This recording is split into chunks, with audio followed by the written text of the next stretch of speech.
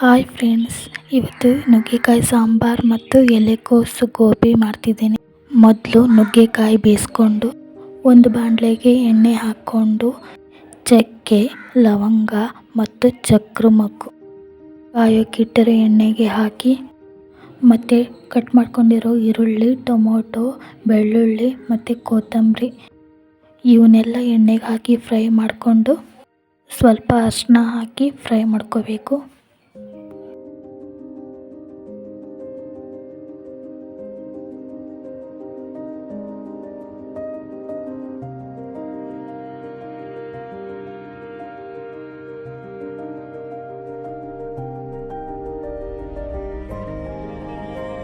ತುರಿದಿರೋ ಕೊಬ್ಬರಿನ ಮಿಕ್ಸಿಗೆ ಹಾಕ್ಕೊಂಡು ರುಬ್ಕೊಂಡು ಫ್ರೈ ಮಾಡ್ಕೊಂಡಿರೋ ಈರುಳ್ಳಿ ಮಸಾಲೆನ ರುಬ್ಕೊಂಡು ಖಾರದ ಪುಡಿ ಮತ್ತು ಮನೆಯಲ್ಲಿ ಮಾಡಿರೋ ಸಾಂಬಾರು ಪೌಡ್ರನ್ನ ಹಾಕ್ಕೊಂಡು ರುಬ್ಕೊಂಡು ಒಂದು ಪಾತ್ರೆಗೆ ಎಣ್ಣೆ ಕಾಯಿಸಿ ಕರಿಬೇವು ಹಾಕಿ ಸಣ್ಣದಾಗಿ ಕಟ್ ಮಾಡ್ಕೊಂಡಿರೋ ಆಲೂಗಡ್ಡೆ ಹಾಕಿ MTR ಸಾಂಬಾರು ಪೌಡ್ರ್ ಹಾಕಿ ಫ್ರೈ ಮಾಡಿಕೊಂಡು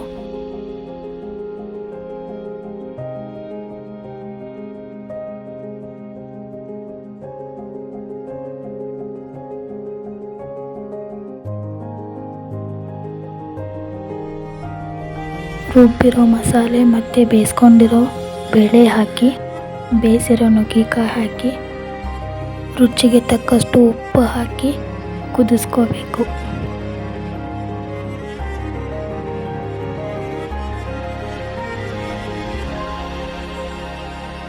ಈಗ ಎಲೆಕೋಸು ಡ್ರೈ ಗೋಬಿ ಮಾಡೋದು. ಎಲೆಕೋಸನ್ನ ಚಿಕ್ಕದಾಗಿ ಕಟ್ ಮಾಡಿಕೊಂಡು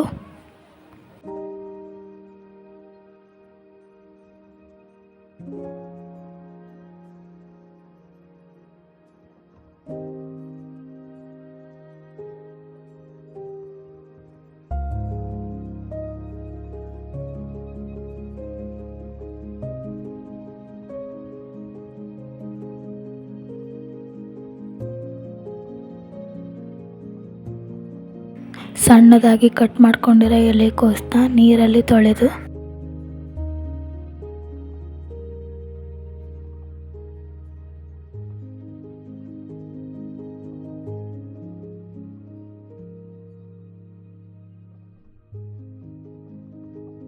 ಅದಕ್ಕೆ ಕಾರ್ನ್ಫ್ಲವರ್, ಮೈದಾ, 1 spoon kebab powder, 1 spoon chilli powder ಮತ್ತು ರುಚಿಗೆ ತಕ್ಕಷ್ಟು ಉಪ್ಪು ಹಾಕಿ ಸ್ವಲ್ಪ ನೀರು ಹಾಕಿ ಚೆನ್ನಾಗಿ ಕಲಿಸ್ಕೋಬೇಕು.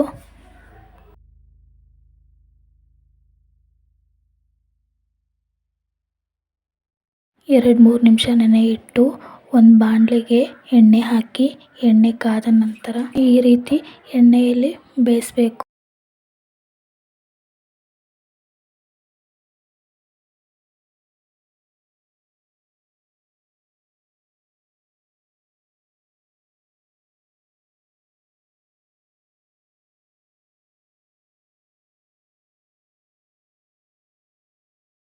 ಈಗ ಈಸಿಯಾಗಿ ಮಾಡೋ ಎಲೆಕೋಸು ಡ್ರೈ ಗೋಬಿ ರೆಡಿ.